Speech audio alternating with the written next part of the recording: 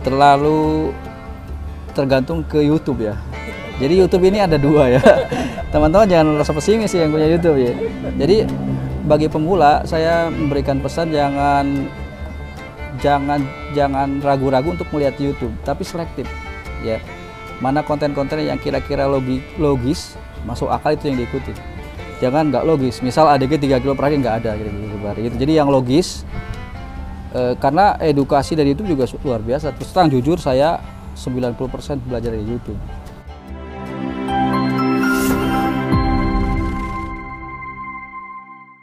Bismillahirrahmanirrahim. Assalamualaikum warahmatullahi wabarakatuh. Pertama-tama mari kita panjatkan puji syukur kepada Allah Subhanahu wa taala karena kita saat ini masih diberikan kesehatan ya. Terus teman-teman terima kasih nih, alhamdulillah sudah sampai di Kuningan ya, jauh-jauh gitu. Baik, ini dalam rangka perkenalan mungkin ya, kami dari owner kandang Duta Farm. Sebenarnya belum banyak disebut farm ya mas, masih kecil ya. Jadi kita masih kecil-kecilan, kandang Duta Farm 61. Baik, nama saya Yunus, lahir di Kuningan memang ya, 46 tahun yang lalu. Saya aktivitas kerja di Jakarta, istri 1, anak 5 begitu ya. Kemudian aktivitas sehari-hari saya sebagai karyawan dan ya sedikit ada usaha untuk di bidang trading perikanan begitu ya. Yang jelas aktivitas utama saya di perusahaan ya, saya megang perusahaan yang diberikan kepercayaan kepada saya untuk melaksanakan impor dan trading gitu ya. Adapun untuk kandang sapi ini pertama adalah sebagai hobi ya memang saya senang.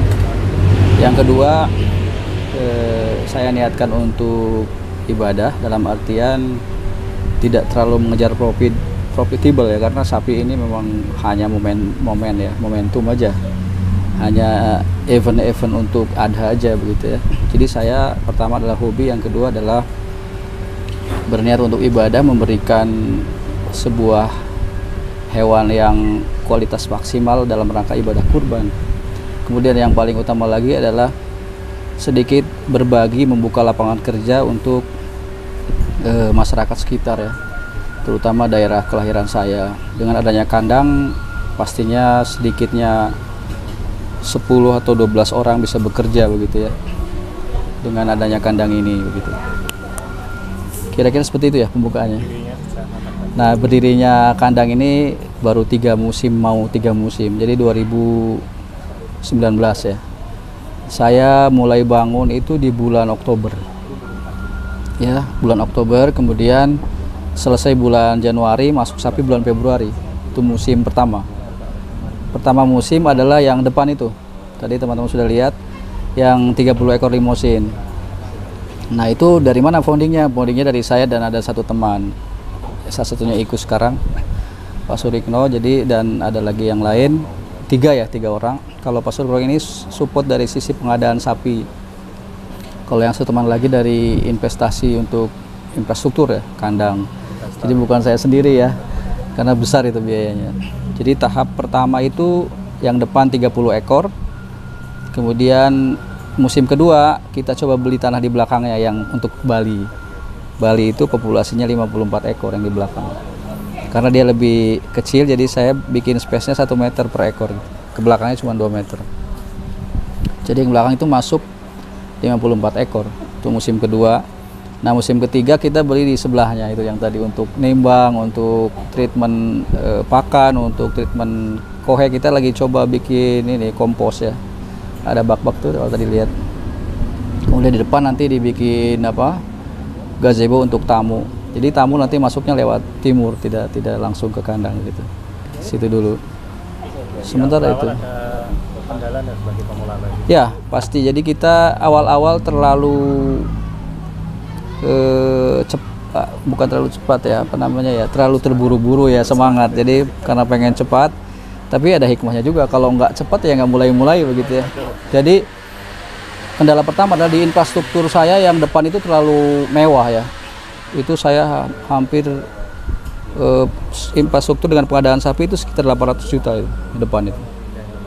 padahal cuma 30 ekor. Karena kenapa? Itu full cor, semua full cor, padahal kalau kita bisa sebenarnya tidak harus full cor ya. Kemudian materialnya terlalu banyak. Kendala pertama. Kendala yang kedua, namanya pemula, terlalu tergantung ke YouTube ya. Jadi YouTube ini ada dua ya. Teman-teman jangan merasa pesimis yang punya YouTube ya. Jadi bagi pemula saya memberikan pesan jangan ragu-ragu untuk melihat YouTube, tapi selektif ya. Mana konten-konten yang kira-kira logis, masuk akal, itu yang diikutin. Jangan nggak logis. Misal ADG 3 kilo per hari nggak ada gitu. Jadi yang logis, karena edukasi dari YouTube juga luar biasa. Terus terang jujur, saya 90% belajar dari YouTube, tapi belajarnya banyak juga, artinya banyak yang tidak sesuai juga. Jadi kita harus mana-mana pandai-pandai memilah dan memilih YouTube yang kontennya kira-kira logis begitu ya. Kenapa? Karena tidak semua kondisi itu sama. Misal kandang kami dengan kandang Jawa Tengah pasti beda, dari sisi cuaca, dari sisi masyarakat, sosial, sisi pakan. Jadi tidak mungkin plek sama. Nah, itu kecerdasan kita untuk mengolah bagaimana yang kita bisa ambil, mana yang enggak.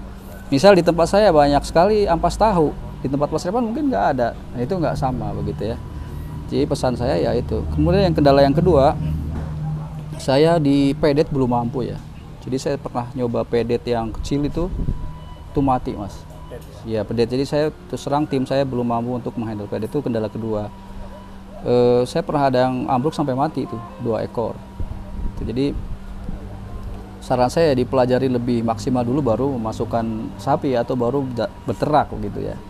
Itu lebih maksimal pasti hasilnya. Jadi yang saya sekarang tekuni yang safety, misalnya sapi udah dewasa lah kita beli, mungkin 1,5 tahun bakalan baru kita gemukkan begitu. Kemudian kendala yang kedua sapi Bali teman-teman ya. Jadi tempat sapi Bali itu sangat sensitif dan lebih riskan dari sapi limosin sebenarnya. Dia hitungan jam bisa ambruk. Kalau limosin masih seminggu 2 minggu masih kuat. Tapi Bali 1 kali 24 jam kalau nggak dipotong ya selesai gitu. Nah itu jadi alhamdulillah, tapi musim ketiga ini kita sudah mulai ketemu ya solusinya, lika-likunya sudah ketemu. Dari mulai pembelian nih. Dan dulu kan pembelian langsung dari mungkin pihak kedua kita kurang selektif. Nah sekarang pembelian kita langsung ke petani, jadi tidak ada, kita menyaksikan langsung proses real timbang, kemudian kualitasnya kita pilih yang ini enggak, yang itu oke gitu. Jadi sampai sini mortality-nya sedikit. Kalau yang lalu itu dari 28 ekor dipotong 4. Ya, sekarang sudah full kita potong baru 1 ya. 2. Jadi sudah mulai jauh lebih bagus. Kendalanya itu. Kemudian kendala yang lain tim ya. Jadi tim ini yang tadi teman-teman komunikasi itu tim yang terakhir. Jadi sebelumnya udah berganti bolak-balik. Wah, luar biasa. Apalagi saya tidak incas ya. Tidak incas. Jadi memang tim itu sangat pegang peranan. Jadi kita kalau bisa jangan pernah marahi tim. Kalau ngasih tahu pelan-pelan karena mereka capek. Ya. Apalagi seperti saya tidak incas, hanya seminggu sekali ke sini kalau sempat. Jadi selama ini ya saya monitor pakai CCTV aja. Kalau ada yang kurang. Dan mengajari tim juga tidak semudah yang kita bayangkan. Kayak ganti tali itu tim-tim saya yang sekarang dulunya takut sapi. Ya, karena saya lihat etos kerjanya bagus. Itu kan ahli bangunan semua, yang bangun kandang tuh mereka. Karena lama-lama bergaul dengan sapi, mereka terbiasa jadi berani gitu. Jadi ini tim yang ketiga nih, saya sudah bongkar pasang selama 3 musim, 3 kali bongkar pasang. Iya. Ini itu krusial sekali di tim ya. Mungkin teman-teman pemula yang ingin ternak, apalagi jauh, kalau kita incas sih, kita awasi sehari-hari sih enak ya. Itu peranan yang paling utama, kendalanya di tim. Itu sih saya mungkin yang disampaikan Mas Revan. Ya. Ada yang bertanya? Sistem pakan. Jadi kita manajemen pakannya ini 2 kali combor. 2 kali combor, 2 kali hijauan. Pagi jam 8 combor. Kemudian jam 12 hijauan, jam 3 combor, jam 4 hijauan. Jadi jam 4 hijauan ini jerami biasanya buat ngemil. Nah, kemudian untuk formulasi comborannya dulu Mas Revan pernah ambil juga, nggak ada perubahan sih Mas. Cuman tinggal volume mungkin. Sapi makin gede ya kita tambah gitu. 2020. Iya. Jadi sentrat itu untuk yang sekarang itu konsentratnya pakai Nutrifit ya. Dari dulu saya. Itu untuk komposisi sekarang itu satu hari itu sekali combor ya. Saya bicara sekali combor. Sentratnya depan belakang itu 3 karung. Sentrat sekali. Kemudian ampas tahunya 3 kali 2 6 karung. Kemudian ampas ketelanya 1,5 kali 2 3 karung. Nah itu 1 kali combor. Kemudian polar ini sehari sekarung, hanya untuk kalau ada yang kurang apa namanya itu rakus, kurang dokoh dikasih awuri. Tapi target maksimal 1 hari 1 karung karena mahal ya. Iya. ADG tergantung bobot sapi. Kalau yang tadi teman-teman timbang itu sampai sebulan tuh 40 sampai 50 kilo 1 bulan. 1,5-an ya. Untung tadi luar biasa. Yang untung ya cepet itu untung, yang dugul itu. Kemudian si boy ini dari Pedet tuh, dari Pak Jawawi dulu masuk harga 19 juta. Sering ambil dari gerabak gitu. Iya, 19 juta itu April tahun lalu. Ini sudah Maret nih, sedikit lagi setahun. Itu bobotnya dulu timbangan dia di bawah 200 pastinya, karena masih Pedet kan. Sekarang udah mau 600. Itu si boy itu nggak saya jual karena memang bagus ya. Itu sih terus memang CCTV saya pasang dari awal, karena kalau ada CCTV saya posisikan di tempat-tempat yang krusial, misal di aduk pakan, kemudian di sapi-sapi yang kira-kira apa namanya krusial lah, seperti di kandang karantina tuh khusus tuh. Itu di belakang ada kandang karantina, tadi sudah lihat belum? Tapi tadi diisi Bali karena masih full ya. Belum dipindah. Iya. Tahun ke tahun peningkatannya. Nah itu yang kenapa saya bikin lagi di belakang, karena dari tahun ke tahun luar biasa permintaannya, terutama Bali. Sapi Bali ini seperti yang tadi saya bilang, dia itu karkasnya bagus. Kenapa? Kepala kecil, kulit tipis, tulangan yang kecil, jadi bisa 65%. Teman-teman Besidan itu pada senang. Kenapa? Beli di sini timbangannya real sapi Bali itu, kemudian gemuk begitu ya, kelihatan bulat. Jadi kalau misalnya udah bagi porsi, mereka kan kalau panitia target sekian kupon, plastiknya sekian, itu terpenuhi lebih. Tapi kalau beli di luar katanya kadangnya suka kurang karena mungkin bobot nggak nyampe begitu. Itu tahun pertama saya yang depan itu 30. Iya 30 ya habis. Kemudian tahun kedua malah bukan 50% mungkin. Berapa itu tambah 54 itu berapa itu? Udah mau 100% double ya. Terus tahun ketiga juga. Ini tahun ketiga baru ini kan sekarang. Iya. Ini yang tahun ketiga ini sudah sapi Bali sudah terbooking 31 ekor. Kemudian yang limosnya 8 ekor yang depan itu. Total ready ini populasi berapa itu? Ini populasi 30 tambah 54. 80 sekian. 84. Tambah yang di belakang itu mungkin ini masih Pedet di belakang. Ya sekitar 84 90 lah. Gitu. Pak ini ada pesan-pesan untuk teman-teman pemula. Pemula ya. Ya tadi di awal Pesan sekalian. boleh kalau mau pesan ya nomor saya nanti dipasang ya 0812 856 3115 itu boleh mumpung ready. Tapi saya pesan kepada yang berminat ya agar lebih cepat karena biasanya habis Fitri sudah habis stok saya ya, jadi terbooking semua dan harga ya ngikutin pasaran variatif antara 70 sampai 75 per kilo, boleh coba boleh timbang. Gitu. Kelebihannya di kita adalah salah satu promosi juga adalah 30 hari free perawatan. Jadi misalnya kenaikan bobot selama 30 hari free, nggak saya cas. Begitu. Jadi kalau teman-teman beli lebih awal lebih bagus.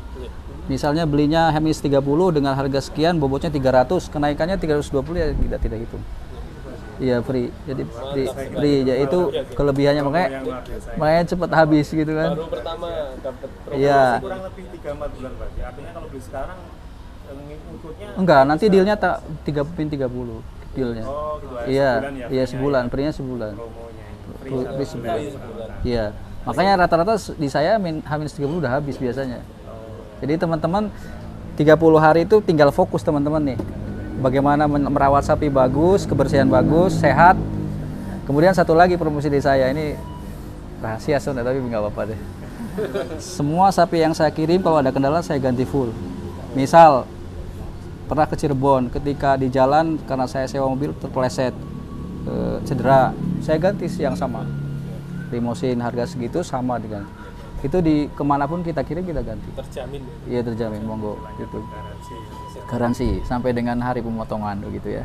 Pesan-pesan buat teman-teman pemula, Pak. Pemula ya, pertama ya kita harus menyenangi dulu ya. Kalau beternak hanya ini, untung ya, harus senang dulu. Senang sapi. Saya kalau nggak ada tamu, teman-teman saya mandiin. Yang mana saya suka mandiin, lulus. Karena memelihara hewan hidup itu dari hati kita. Gitu. Kemudian yang kedua, jangan teman-teman kalau sudah punya tim jangan pernah memarahi tim, jangan. Kasih tahu baik-baik, kumpulin, ngobrol, enak happy. Jangan dimarahin, itu tipnya. Iya, gak pernah, karena mereka itu ngurusin makhluk hidup. Ketika hati mereka senang, ya sapi akan senang, gemuk, tidur enak gitu. Itu kemudian jangan, yang terakhir, jangan teman-teman yang punya modal, punya kapital yang bagus untuk ternak, jangan pelit-pelit sama karyawan. Itu pesan saya. Jadi karyawan di tempat saya alhamdulillah mereka senang ya, karena mungkin kalau saya melihat standarnya cukup lumayan tinggi ya. Kalau di tempat saya itu yang harian 100.000, kalau yang kepala kandang ya lebih besar lagi, itu bulanan begitu. Kemudian nanti akhir musim dapat bonus lagi gitu. Kemudian ada beberapa yang kita kasih BPJS. Jadi ada lowongan nggak? doakan aja buka kandang baru nanti. Kandang baru seperti itu teman-teman. Ya, penutup ya, tetap semangat untuk beternak ya. Saya juga bekerja di importir daging, memang kita kebijakan pemerintah nggak bisa lawan ya, tapi tetap semangat. Pasti ketika kita tetap semangat, ikhlas, bekerja dengan senang, beternak dengan senang, pasti Allah akan memberikan rezeki. Di situ ada berkah. Etis itu dari Idul Adha, dari pasti ada. Jadi jangan pernah patah semangat untuk yang berminat beternak gitu. Itu aja penutupnya. Closing statementnya itu aja. Tetap semangat ya. Ya, makasih semua. Assalamualaikum warahmatullahi wabarakatuh.